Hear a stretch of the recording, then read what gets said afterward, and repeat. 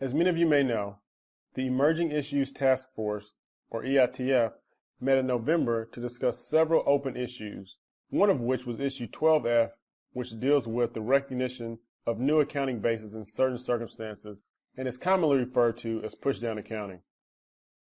I'm Arturo Spencer, a senior manager in KPMG's Department of Professional Practice and a part of the team that is actively following EITF issues.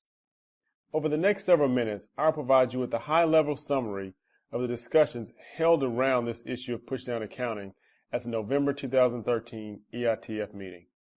Just to refresh our memories here, pushdown accounting relates to an acquired entity adjusting their books and records to reflect the basis of the acquirer. Consistent with purchase accounting, the acquirer's basis and the assets and liabilities are typically recorded at fair value, and those values are pushed down to the acquired entity. Currently, U.S. GAAP has very limited guidance as it relates to pushdown accounting, and some of the more widely used guidance out there today comes from the SEC. The SEC's guidance indicates three scenarios.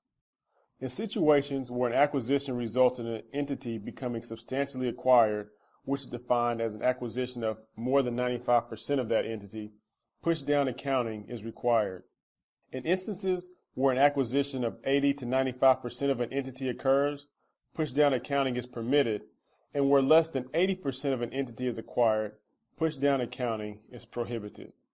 Now obviously, SEC guidance is not mandatory for non-registrants, so there is an inconsistency in practice as relates to pushdown accounting for non-registrants.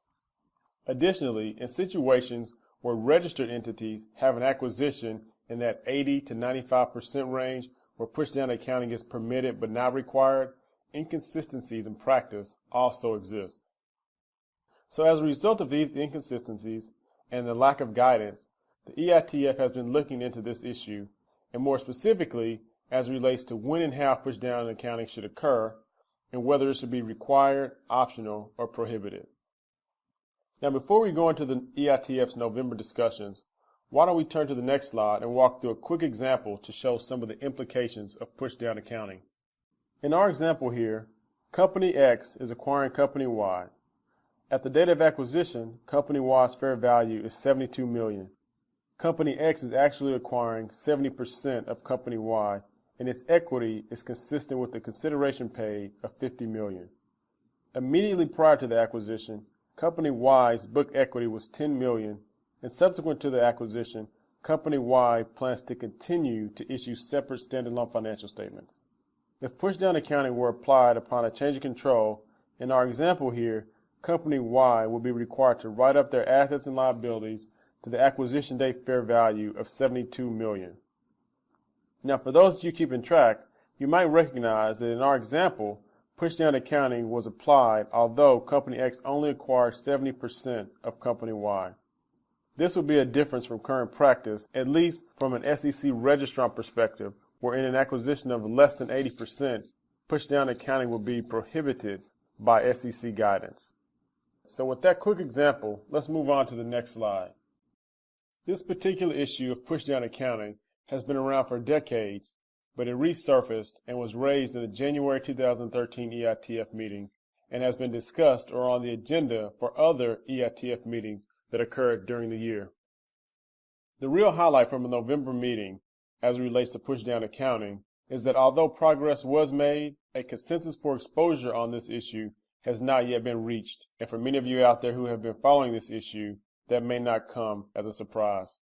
At the November meeting, the EITF discussed 4 alternative views for circumstances where pushdown accounting would either be optional or required. These views were developed by the FASB staff based on discussions with the EITF in their January and March 2013 meetings. Generally, the EITF's views were mixed between View A, which states that pushdown accounting should be optional when an acquirer obtains control of the reporting entity, and View B, which states that pushdown accounting should be required when an entity becomes substantially wholly owned and optional when an acquirer obtains control of the reporting entity.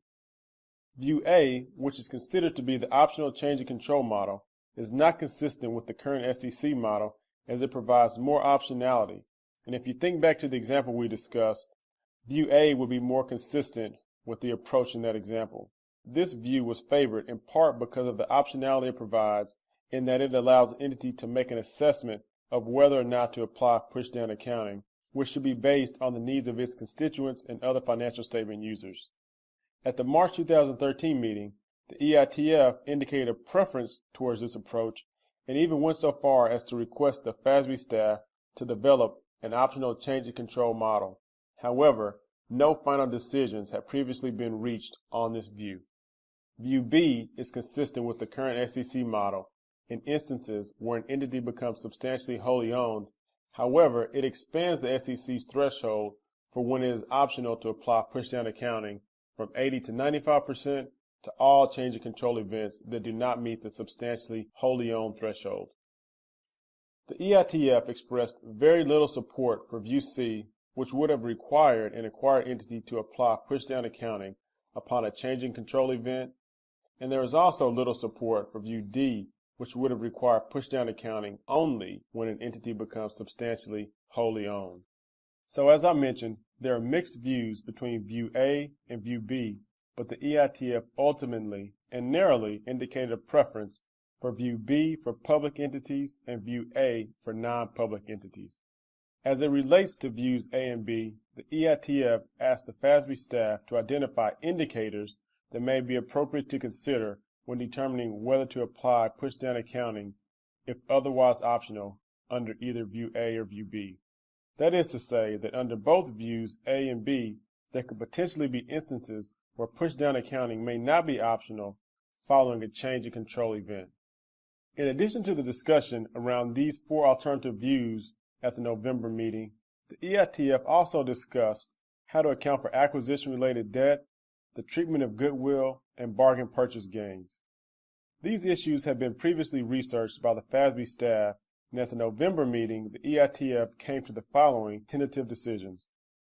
Acquisition-related debt incurred by the acquirer should not be recognized in the entity's separate financial statements unless required by other applicable U.S. GAAP. The task force indicated that acquisition-related debt was not incurred by the acquired entity and therefore shouldn't be reflected in their separate financial statement. Goodwill arising from business combinations should be recognized in the separate financial statements of an acquired entity. And lastly, bargain purchase gains should not be reflected in the income of the acquired entity.